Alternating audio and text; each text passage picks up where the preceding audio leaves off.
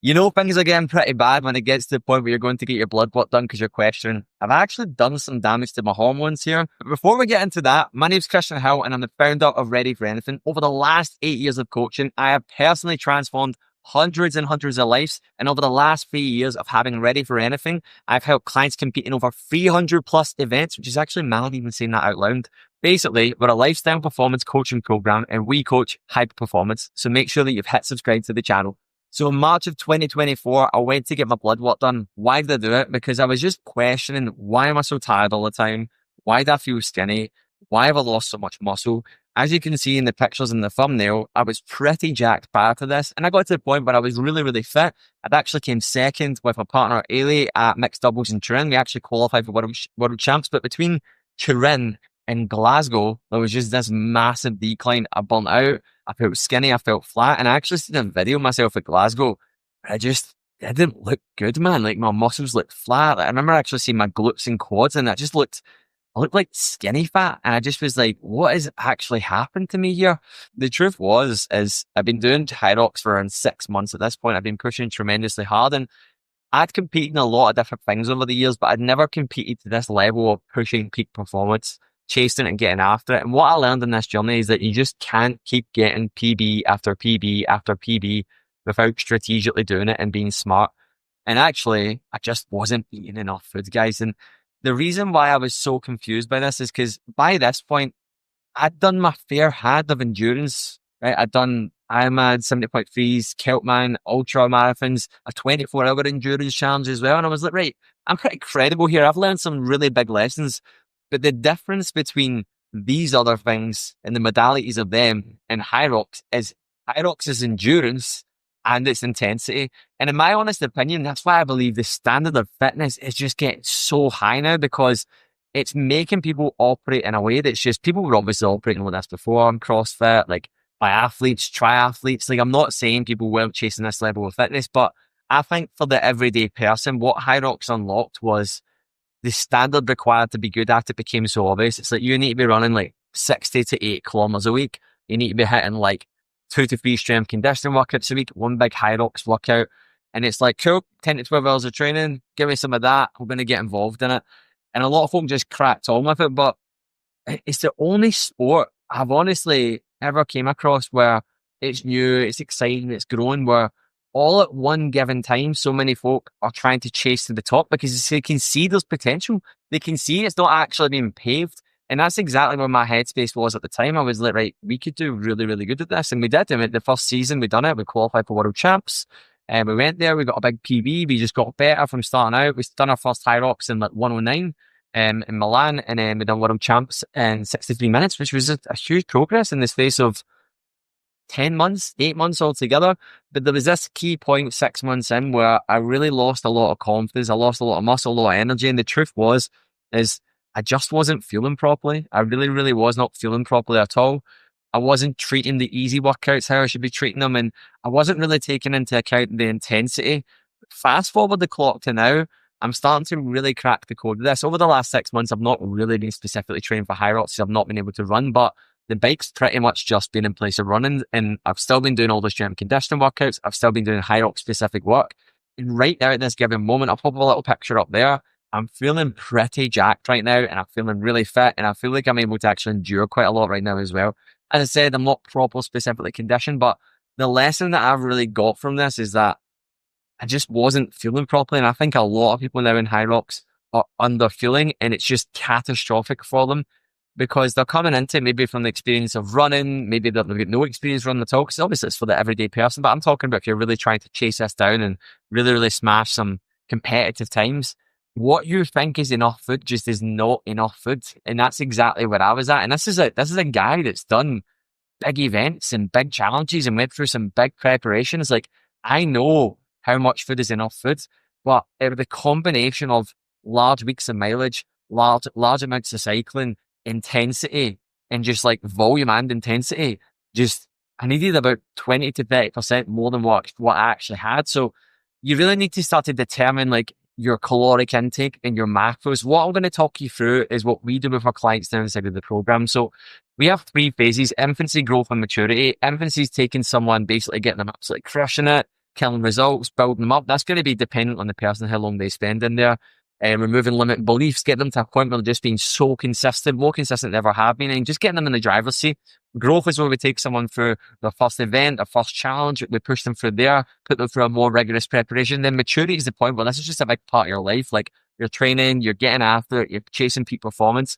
But essentially, what we do for someone when they're moving into that growth phase and they're ready, like with their macros, because everyone has a different relationship with food, is that we give them a low day, a medium day, and a high day. Now, when would we prescribe someone this? When they're training pretty much every other day. Would I prescribe someone this that's training 3 to 4 times per week? No, I wouldn't. I'd give them a macro target and I'd give them maybe like a sort of top end and bottom end. However, when it comes to training at like a higher volume, we really learned this off a nutritionist that we worked with. You need to have a minimal, a middle, and a maximum, and you need to be clear on what those look like based on where you're at. So I'm not going to sit and go over specifically what your exact macros are going to be, but I'm going to give you some windows that you need to be working in based on your body weight in kilograms. So the first thing we need to determine is we need to think about your lean mass. Now, if you think about your lean mass and your body composition, folk just go, okay, that's the weight that I am right now. If you're carrying like 20, 30, 40, 50, 60 pounds of body fat, that is not your optimal body composition.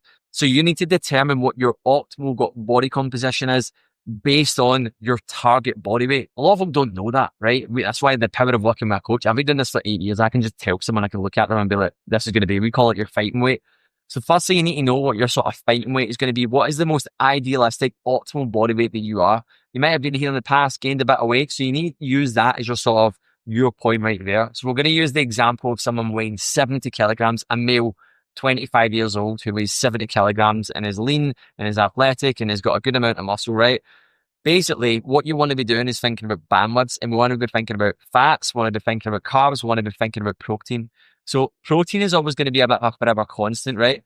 However, I think people overconsume protein. I think people don't need to be eating as much protein. Now, if you're trying to optimize your macros for performance, right, and you're trying to hit 2.2 to 2.5 grams of protein per kilo of body weight, right, that's going to be a lot of additional calories. And if you're already having a higher carbohydrate target and you're maybe eating like 1.1 to 1.5 times your body weight in fats, you're just going to end up having hundreds of calories. Honestly, like I think people can get away with being down at the 1.5 to 2 times your body weight for your protein. So for someone weighing 70 kilograms, that guy, if they're hitting anywhere between 120 to 140 grams of protein, that's optimal. It really, really is.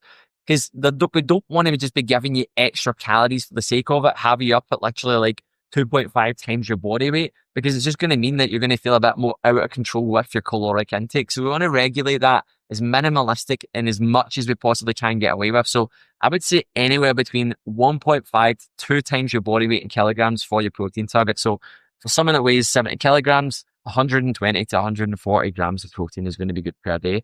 Now let's talk carbohydrates. Carbohydrates is going to be your lever, and it's going to be essentially low, medium, high, depending on what a high day is and a low day is. Now, let's give that an example of someone that we prescribe this to that trains every single day. They train Monday, Tuesday, Wednesday, Thursday, Friday, Saturday, and then they take Sunday as a rest day. A Sunday is going to be a low day, depending on what their activities like, their steps, but a low day for them might be no training, 10 to 15,000 steps. That's a low day. A medium day might be like an hour of exercise, 10 to 15,000 steps. And a high day might be like a double training day, a strength workout, conditioning workout, 60 minutes, and they do like 15 to 20,000 steps additionally on top of their exercise. There, right? Some really, really high day. That's the top end. People see macros, they go, that's too much for me. It's like, no, it's not too much for you. It's just the appropriate load for what you're doing. And the reason why folk do this is because it's an effort. Like even what I'm talking about right now, some folk might be sitting there going, this is overwhelming me. It takes time to learn this stuff, guys, but you can't be going into this with a lazy mindset, just being like, what's my protein target? What's my carb target? It doesn't work like that. If you want to train like this and you want to get serious results and really go up a gear and train a larger volume, is you need to be getting used to these numbers. You need to be learning them. You need to be understanding them. You need to be curious and explore this and be like, right, why am I feeling flat right now? Why am I feeling a bit more tired right now? Why is my body sorer today than it was last week? And actually analyze your nutrition a little bit more. Focus on black and white with this. And like, I did do that. And it's like, stop being an infant with this and actually put on a bit of an adult mindset instead of a childlike mindset that's just being dismissive of everything. Actually look at it and be like, right, How can I be better? What can I do? So yeah, a high day is going to be based on that. Now, guys, this is being need to take some ownership as well and some responsibility. There is going to be days that's going to change. There might be a rest day where you end up actually, you go a bike ride or something, you go, I don't know, you go and do something for the day, you go and hire some bikes, you go and scoot about the bike, you end up doing 20,000 steps. That's no longer a low day, guys. That's like a medium day. You need to have some responsibility and be like, right, you know what? I actually need to eat a bit more food today because I'm going to feel this tomorrow if I go into my session. And this is the part that so many people lack, guys, and it's what we really focus on in the first phase in infancy is we build up trust with people because they don't trust themselves enough. And the reason why they get scared of these higher numbers, as I said, they're not higher numbers, they're just higher days and they're appropriate, is because they don't have trust in themselves and they're always in this mad diet mindset that's like a race to the bottom, a race to the bottom. The key thing here, guys, is stop over rewarding yourself with days with being gluttonous, right? Stop being so greedy. Stop having unnecessary days where you're trying to reward yourself like a dog that's been good. You don't need rewarded. Eat how you want to eat. If you want to eat something, do it. Learn to actually build a bit of discipline and control. And you won't get to the point where it gets to a Saturday and you're like, oh, it's a cheat day today. Like, listen to that language. It's bananas. Eat anything, but don't eat everything, right? This is the key thing here, guys, right? Don't limit yourself to just being like again, it goes back to that mindset with food. It's lazy. If I speak to so many people, guys, and their level of intelligence when it comes to nutrition is like an 8-year-old. Calories, protein, good, bad. You're like, listen to that. Actually start to look at it through a lens of feeling. Actually start to look at it as nutrition. Actually start to look at it as, am I nourishing my body? How healthy am I being right now? And healthy isn't just, I'm not being healthy because I ate a chippy. It's actually looking at, am I getting enough colour and variety in my diet? Am I getting my protein from different sources?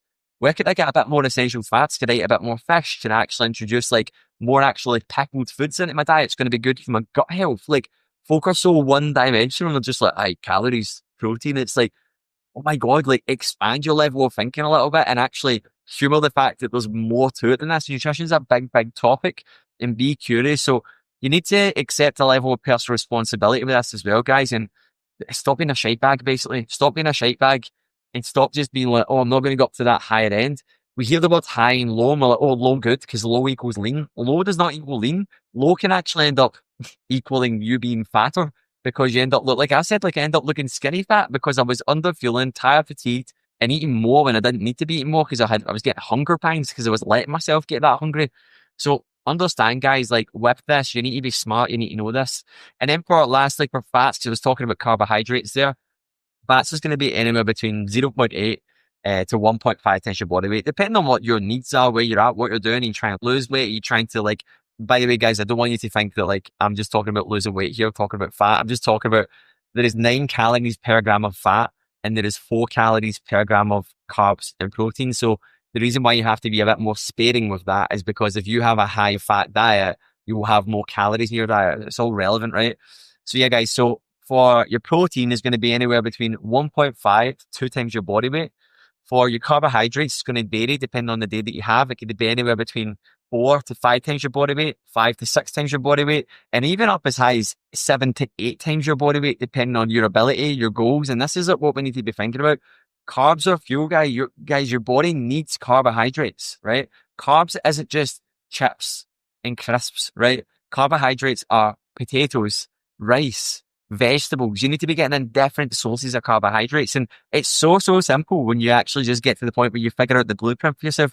Me and Ailey pretty much eat the same every single day, right? We go through variations and periods where it might be oats, it might be like hot oats, it might be morning oats, overnight oats, morning oats, overnight oats. But right now we're in a phase right now where breakfast is pretty much granola, banana, yogurt, have my electrolytes, I have my coffee. Lunch right now is pretty much been the same for the last 2.5 months since we've been in Cyprus. It's a pita, a large pita, tzatziki. We've got our protein sauce in there. We're getting like a honey smoked ham. It's delicious. We're getting some veggies in there. I'm having obviously more ham than Ailey's having, a bigger. So it's just about being smart of what you're doing. Then dinner is so simple. We're literally like having like, we're either going out for dinner like 2 to 3 times a week. And then for dinner right now, we're literally having like stir fried veg with olive oil, garlic olive oil, salt in there. Really simple. We just cook it right down. It's so tasty, man. Like we're having aubergines, red onion, asparagus, and we're just chopping and changing between different things. And then we'll have literally chicken breast of a skewer, and we'll cook that up. Then we'll have potatoes with it. And then depending on the day I'm having, if I'm having a big day, I'll have a pizza alongside that as well. So dinner, I like to have dinner as one of my biggest dreams. And then I'll have like a little snack in there as well. I might get one night, 2 nights a week, get a cake from the bakers, or we've been eating a bit of dark chocolate as well, because it literally gives me that sweet tooth there. And I have some fruit in between the day as well. We'll have chopped pineapple, bananas.